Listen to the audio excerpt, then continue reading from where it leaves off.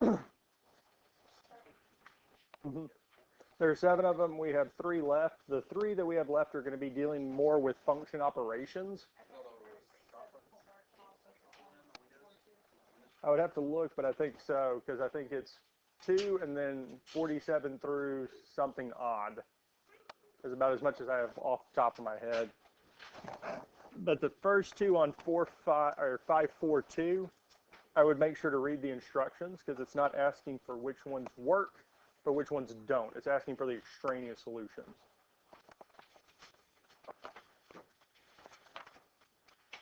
Because 542 is 45, 46, and 49 through 57 odd.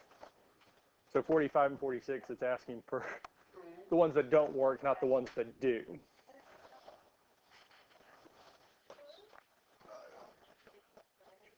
Five. Function operations.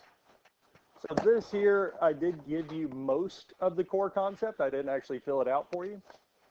Now our f plus g of x, all that's saying is it's a semi-shortened way of saying f of x plus g of x. We're adding the 2 functions together. F minus g of x is just f of x minus g of x. Taking the 2 functions and subtracting them from each other. The next one, f times g of x, is just f of x times g of x. And last one, f divided by g of x is f of x divided by g of x.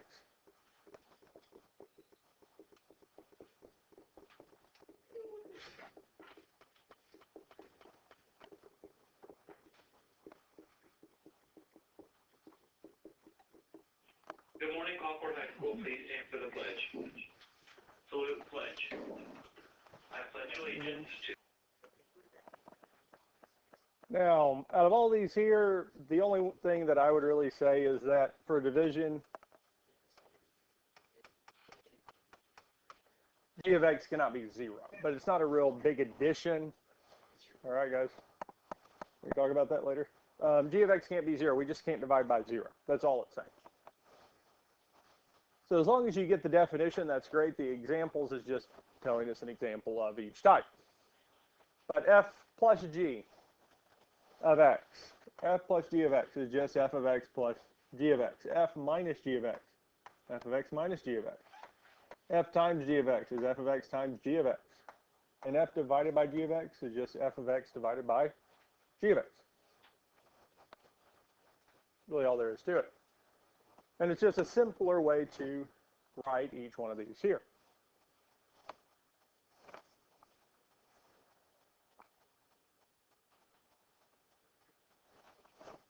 Now, if we look at this first one here, let f of x be the 3 squared of x, and let g of x be negative 10 squared of x.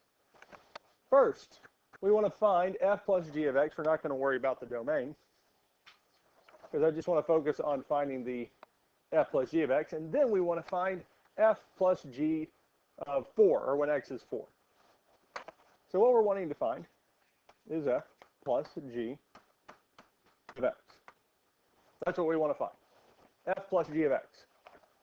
Well, f plus g of x is just a shorthand way to say that we were taking f of x and adding g of x to it.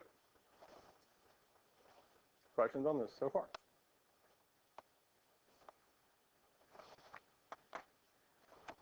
Well, f of x for us is what? So we're going to replace f of x with its function, 3 squared of x, plus g of x is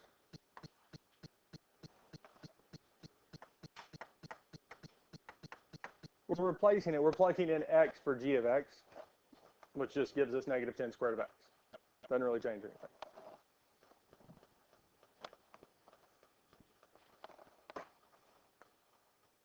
Questions on how we got to this here? Well, we can drop the parentheses and say that we have 3 squared of x plus negative 10 squared of x.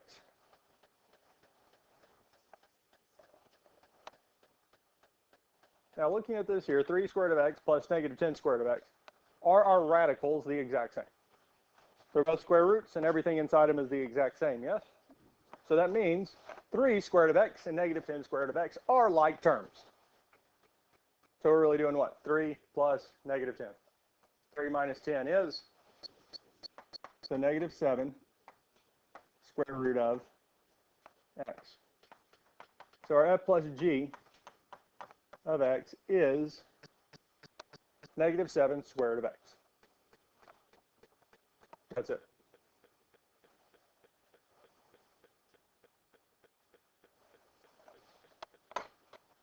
Questions on the first part?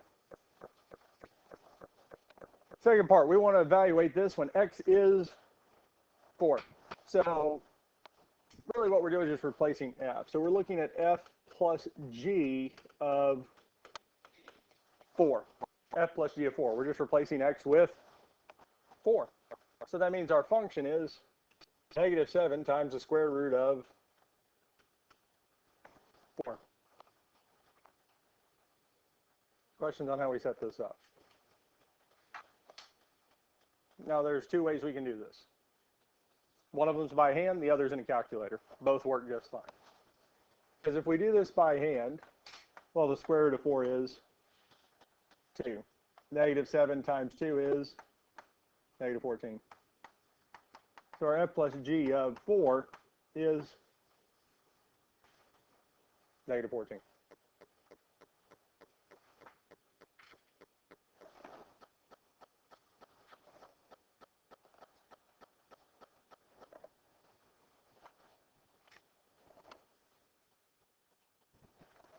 Questions on this here? Questions on anything we've done so far?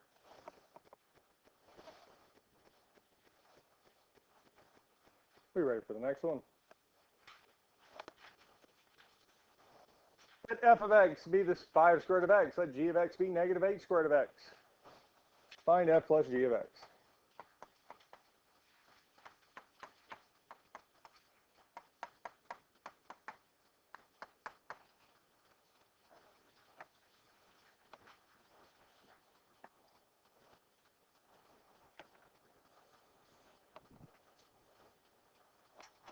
Well, f plus g of x, we can really just say it's f of x plus g of x. Now we're replacing f of x with its function, or we're saying that we're taking the value of x and plugging it into f of x. Well, if I plug x into f of x, well, I just get 5 square root of x. Nothing actually changes. If I plug x into g of x, we get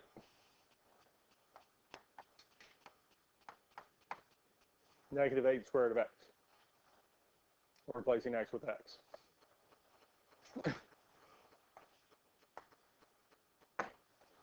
But really what this is telling us is that we have 5 square root of x, what, minus 8 square root of x. We could say plus negative 8. We can say minus 8. They are indeed the exact same thing. Are these two like terms? Well, yes. So 5 minus 8 is square root of x.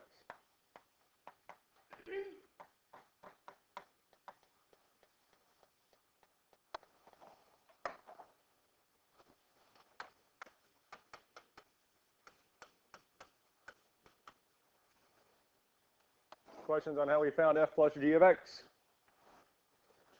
Now we want to find f plus g of 16. Well, we're saying we're taking negative 3 square root of 16. And again, we can do this by hand. We can do it in the calculator. Both will give us the same answer. Because the square root of 16 is 4. Negative 3 times 4 is negative 12. So f plus g of negative 12 is, thank you. I don't know why I rewrote.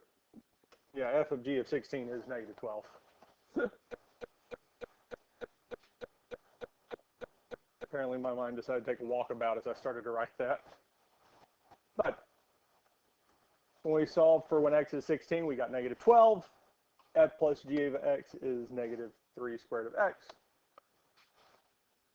That's it.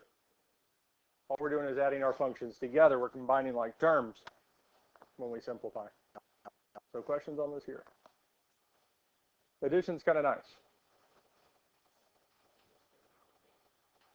Subtraction. Let f of x be 3x cubed minus 2x squared plus 5, and g of x be x cubed minus 3x squared plus 4x minus 2. Find f minus g of x. We're not going to worry about the domain.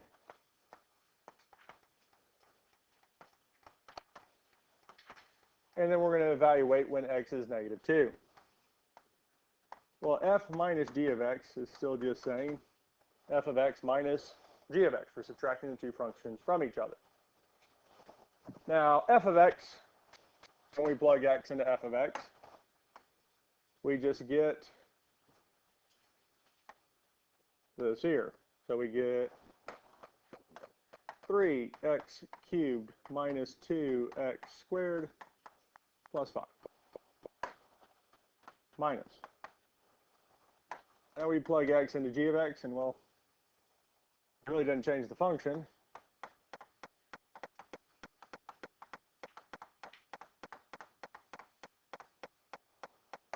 And we get this here.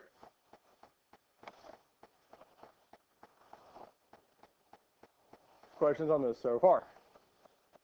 Now, the only thing that makes subtraction a little bit more tricky than addition is really the second set of parentheses. Our first one is still going to stay 3x cubed minus 3x cubed minus 2x squared plus 5. Because we have to distribute that negative through the entire second expression, not to just the first. So our x cubed, our first term here, is now going to be negative x cubed. Our negative 3x squared is now plus 3x squared. Plus 4x is now minus 4x. And our minus 2 is plus 2. We have to remember to distribute. That's the only real difference between addition and subtraction, is we have to distribute that negative through. We're subtracting it from the first one. Combine like terms. 3x cubed is our biggest variable, or variable at the biggest power. So 3x cubed minus x cubed is 2x cubed. We can go to x squared, negative 2x squared plus 3x squared is plus x squared. Our first expression here does not have an x term, but our other one does, so we just have minus 4x. And lastly, 5 plus 2 is plus 7.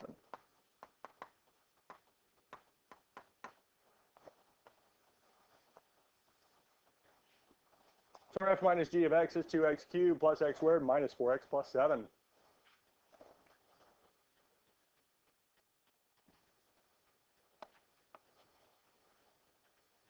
Questions on how we got to this here?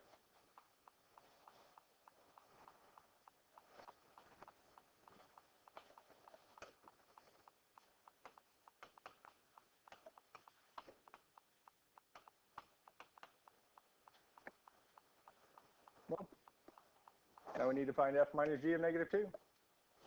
So that means we're just replacing every x with negative 2. So we have 2 times negative 2 cubed plus negative 2 squared minus 4 times negative 2 plus 7. So every x in this equation got replaced with negative 2.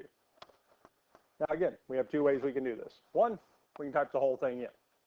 The second is we can do it by hand. Both work, both will get us to the same spot. Now our negative 2 cubed is going to be negative 8. Negative 2 squared is positive 4. Negative 2 times negative 4 is going to be plus 8 plus 7. 2 times negative 8 would be negative 16. Plus, well, we can do 4 plus 8, which is 12, plus 7 is 19. And negative 16 plus 19 gives us a positive 3. You agree? But again, you can type that whole thing into the calculator. And again, I would make sure to put parentheses around the negative 2. Because we can see why, especially with 2 times negative 2 cubed, we would need it. But the negative 2 squared without the parentheses would give us negative 4, not positive 4. So we wouldn't need them. So our f minus g of negative 2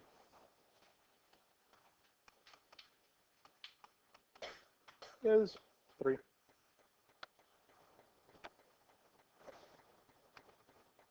Questions on this here? We ready for the next one?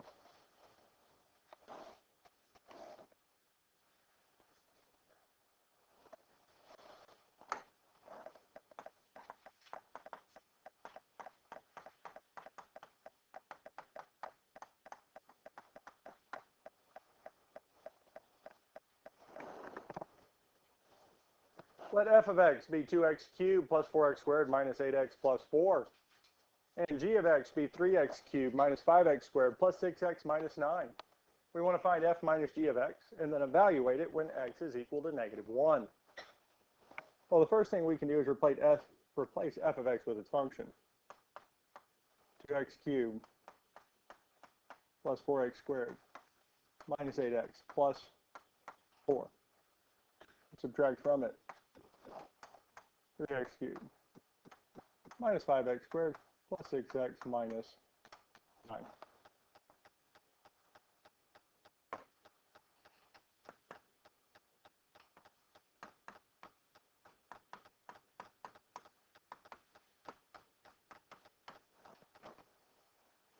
Our first function, f of x, we can remove the parentheses because there's no sign in front of it. There's nothing that's going to cause a sign change. But our second set of parentheses, this here, we have to distribute that negative through. So our 3x cubed is going to become negative 3x cubed. Our negative 5x squared is going to become positive 5x squared. Our positive 6x is now negative 6x. And our negative 9 is now positive 9. So really that negative, that subtraction, is just flipping the signs all the way through. And lastly, we need to combine like terms.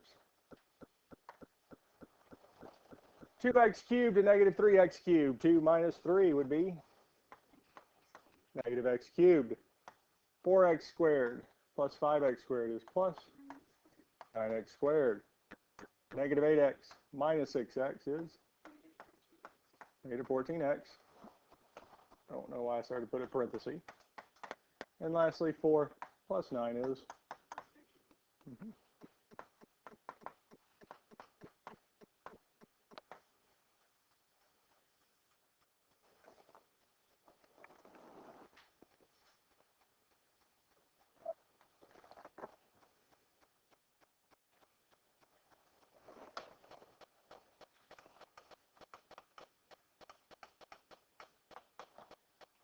question on how we found f minus g of x. We feel good about finding f minus g of x. F minus g of -1. So now we're just taking every x and replacing it with -1.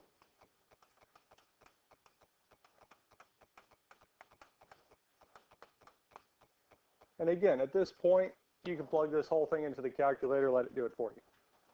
If we did this by hand, our -1 cubed is actually -1. -1 squared is 1. Negative 14 times -1 is plus 14, plus 13. Negative 1 is positive 1. 9 times 1 is 9. Might as well go on and add 14 and 13, giving us 27. 9 plus 1 is 10. 10 plus 27 is 37. And we would agree that it is indeed 37. Awesome.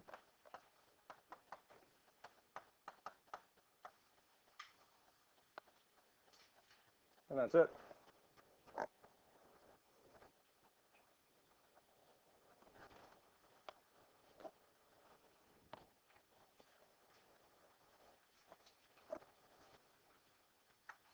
Any questions on anything we've done so far? These functions operations so far seem harder than they actually are. Not too bad. Well, multiplying two functions.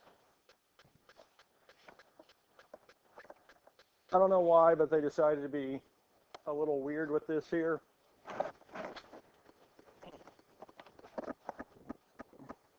Or at least how the textbook decided to do this. I don't know why they decided to do it this way, but It is what it is. Yeah. So we're going to multiply the two functions together. So f of x is x squared. G of x is the square root of x. We want to find f times g of x. Well, f times g of x is just saying f of x times g of x. Now, when we replace or plug in x into f of x, we get x squared. When we plug x into g of x, we get square root of x.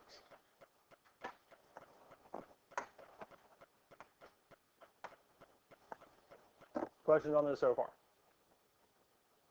So what would I get if I multiplied x squared and the square root of x together? We would get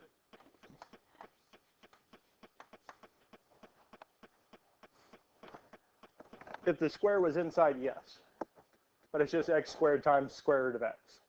Now, that's not so much the odd part of this here, because for the most part, really, that's our answer. The book wants one term.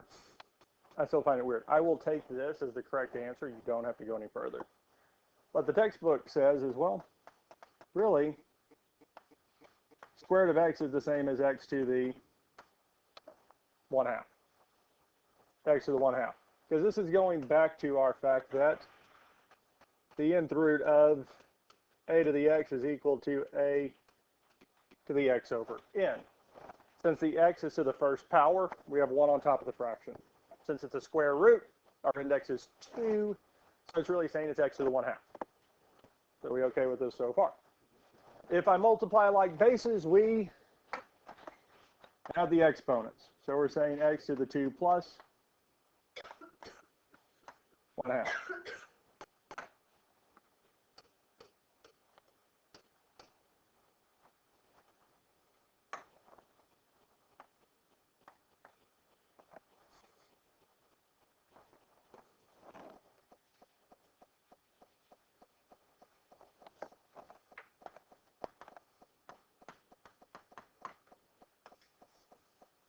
I'm perfectly fine with that. This here is also the same answer. X to the 5/2 is the same as x squared times the square root of x.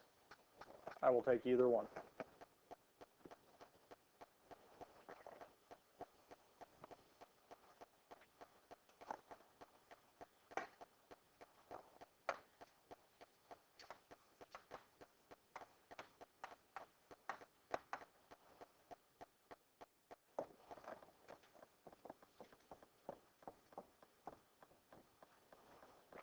F times g of 9. So the one on top, we're going to start off with our one we had first. X squared times square root of x. I'm going to show you it both ways. And I'm doing this both ways just to solidify the fact that these are indeed the exact same expression. Because if they are, they'll give us the same value. If they weren't, they would give us two different ones. Now 9 squared is 81. Square root of 9 is 3. 243, yes. I don't know why I was thinking 7. I'm thinking 9 instead of 3. Yep. 81 times 3 is 243. Thank you. Questions on this here? Now the other one, we're taking 9 to the 5/2. Well,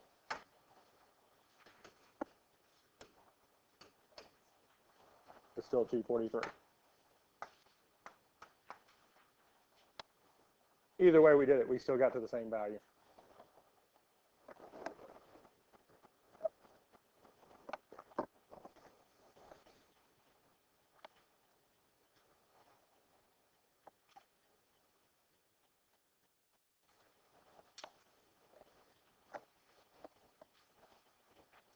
Questions on this here? Now division, we'll have to probably switch it over so that we can write it nicer, neater. We can't have radicals in the bottom of the fraction. But with multiplication, it doesn't make a whole lot of difference.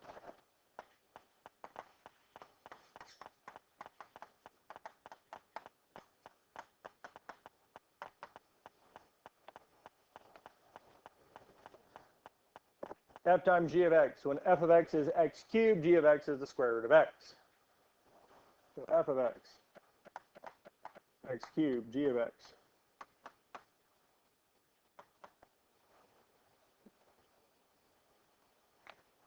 We good with this so far? Yes? All right, so we have f of x times g of x. F of x gives us x cubed. G of x is the square root of x. So we have the quantity x cubed times the quantity square root of x. And if we multiply these two quantities together, we get x cubed times the square root of x. I said quantity because really doing x cubed times the square root of x, doing the multiplication gives us, well, x cubed times square root of x. Makes sense?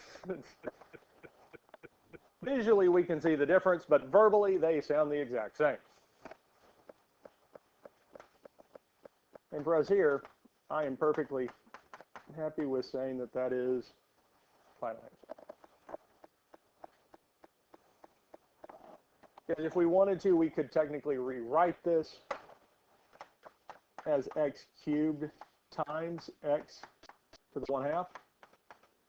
Now we're just doing 3 plus 1/2,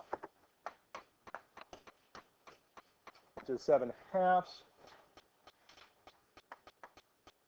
So it's also the same as x to the 7/2. Now it doesn't matter how we put this here because again, for it to be simplest form, for it to be in a proper form, we can't have a radical in the bottom of a fraction. Or a fraction inside of a radical. Neither one of those show up here, so both work. Both are fine.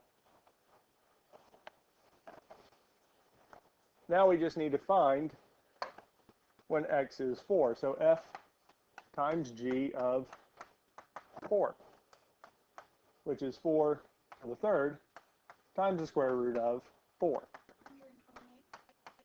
Yes. 4 cubed is 64. 64 times 2 is indeed 128.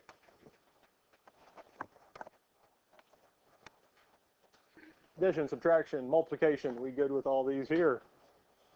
Kind of a nice lesson to start the week off with.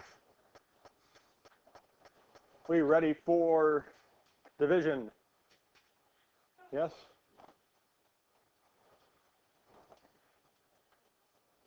Taking everything in me to not make a corny joke.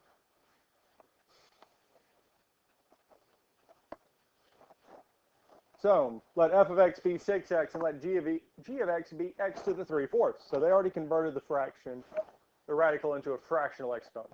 Find f over g of x and state the domain. Then evaluate when x is 16. F over g of x. We're just saying that we have f of x divided by g of x.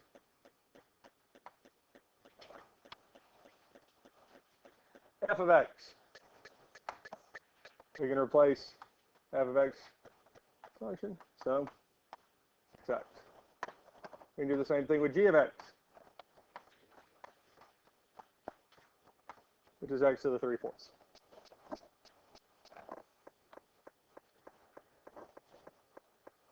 Questions on this here? All right. When we divide like bases, because the first thing we would go about doing is 6 and the number on bottom. Well, the number on bottom is 1, so it doesn't make a difference there. So we'll still have 6. Now our bases, because we have x on top, x on bottom, those bases are the same. And when the bases are the same, we subtract the exponents. When the bases are the same and we're multiplying, we add. When the bases are the same and we divide, we subtract. Yes. So we would do 1 minus 3/4, which is indeed x to the 1/4, x to the 1/4. And that's it. Now they were nice enough on these here, and especially on the homework for the division, to get them, for the most part, in fractional exponents. If they don't, you just have to convert it from radical to exponential, or fractional exponents, and go from there. But f divided by g of x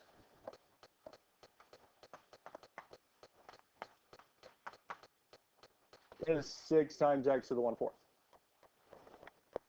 Now the only other part of this problem Suppose we wanted to find f divided by g of 16, which is just saying that we're taking 6 times 16 to the 1/4. And again, I would say at this point, I would type the whole thing into the calculator. Let it solve it. Now, 1/4 is kind of nice because the bottom of that fraction is the index. What we're looking for the number times itself that many times. So since the bottom is 4, we're saying what number times itself 4 times is 16, and that would be 2. And if the numerator had been something other than 1, say 3/4 instead of just 1/4, well, we'd look for what times itself 4 times is 16, which is 2. Number on top, we multiply it by itself that many times, which would have been 8. So 16 to the 3/4 is 8. But calculator will do it just fine. And 6 times 2 is 12.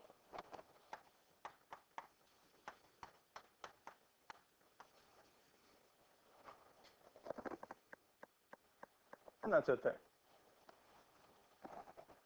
Questions on any of these here?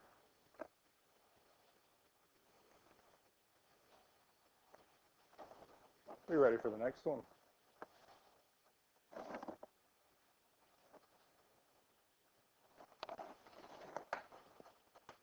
F divided by g of x. Or f of x over g of x. Well,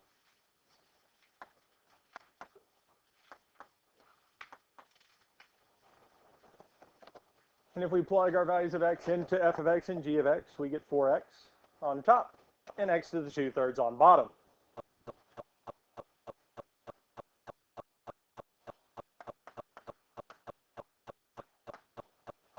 4 over 1 is just 4. X over x to the 2/3. 1 minus 2/3 is 1/3.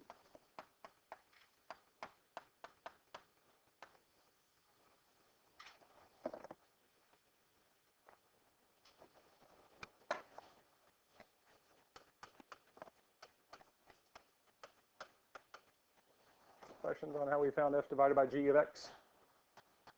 Not too bad. F divided by g of 27. We're saying 4 times 27 to the 1/3. Yes. Because 27 to the 1/3, the cubed root of 27 is indeed 3. 3 times 4 is 12, and we are done. Questions on any of this here? Questions on anything we've done so far?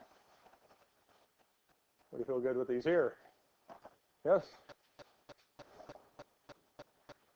We need to see another example of any of these here.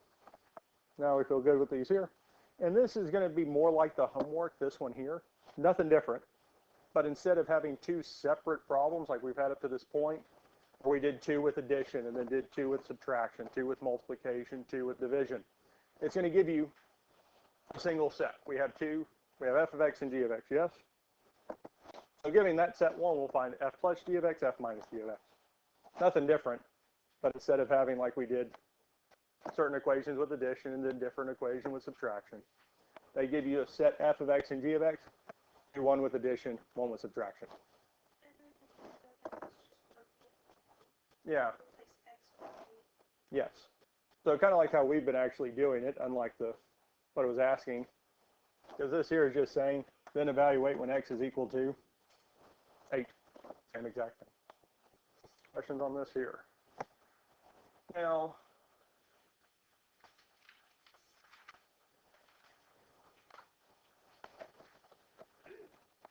so we want to use a calculator to evaluate f plus g of x, f minus g of x, f times g of x, and f divided by g of x when x is 2. We want to use the calculator to do this whole thing. Now, graphing calculator.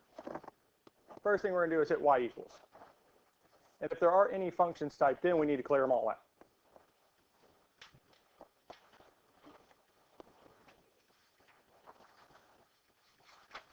Now, unfortunately, this will not actually give us what f plus g of x is, like as what we had at the start, our first process, but it will evaluate them. So the first thing we are going to do, what I'm going to do is type in f of x. And f of x is just the square root of x for y1. y2, I'm going to plug in g of x, second square root of 1, or 9 minus x squared. So f of x is y1, g of x is y2.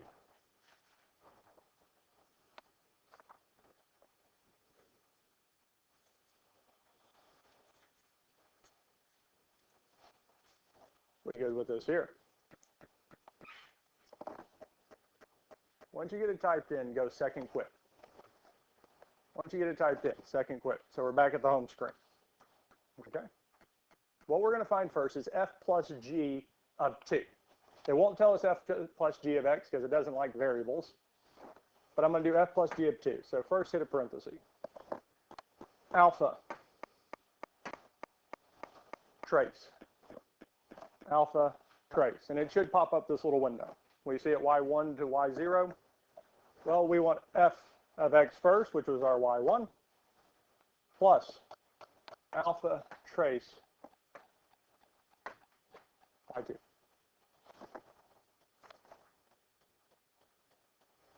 So we have parentheses y1 plus y2, close parentheses, open another parenthesis. Now what are we evaluating this for when x is? Yeah. And hit enter.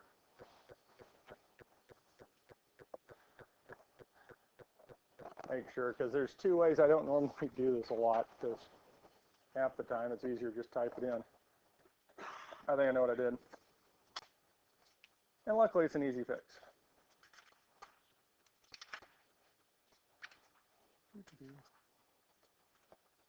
Yep. I don't like that it makes us do it this way, but that's fine. Because mine's about to say error 2.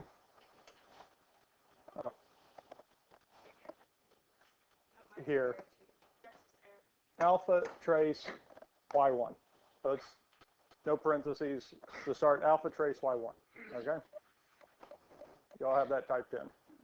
Parentheses 2 plus alpha trace y2. You have to type them separately. And then hit enter.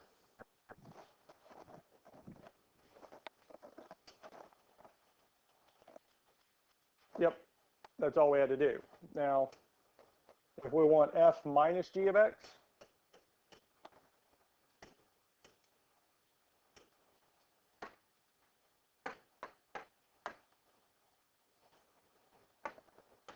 f times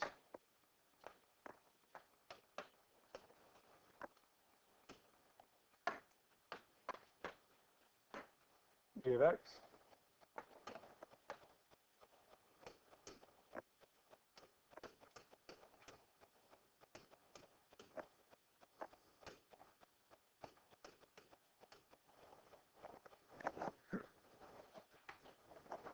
and that's it there.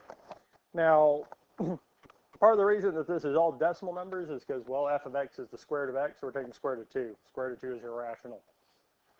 And, well, g of x, 9 minus x squared, 9 minus 4 squared, so we're taking square root of 5. We get decimals. But that's it. Kind of a decent bit of work for not a whole lot. Would we agree with that? Yeah. So it will give us our answers. So we could have done that with any of the other problems. It would have given us the answers, but it wouldn't given us the general function. So that's it. Questions on this here? I mean, if we wanted to get creative, we could do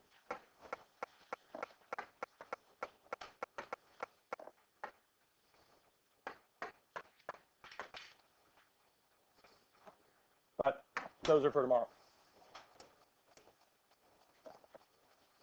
Big assignment for today. 3 through 9.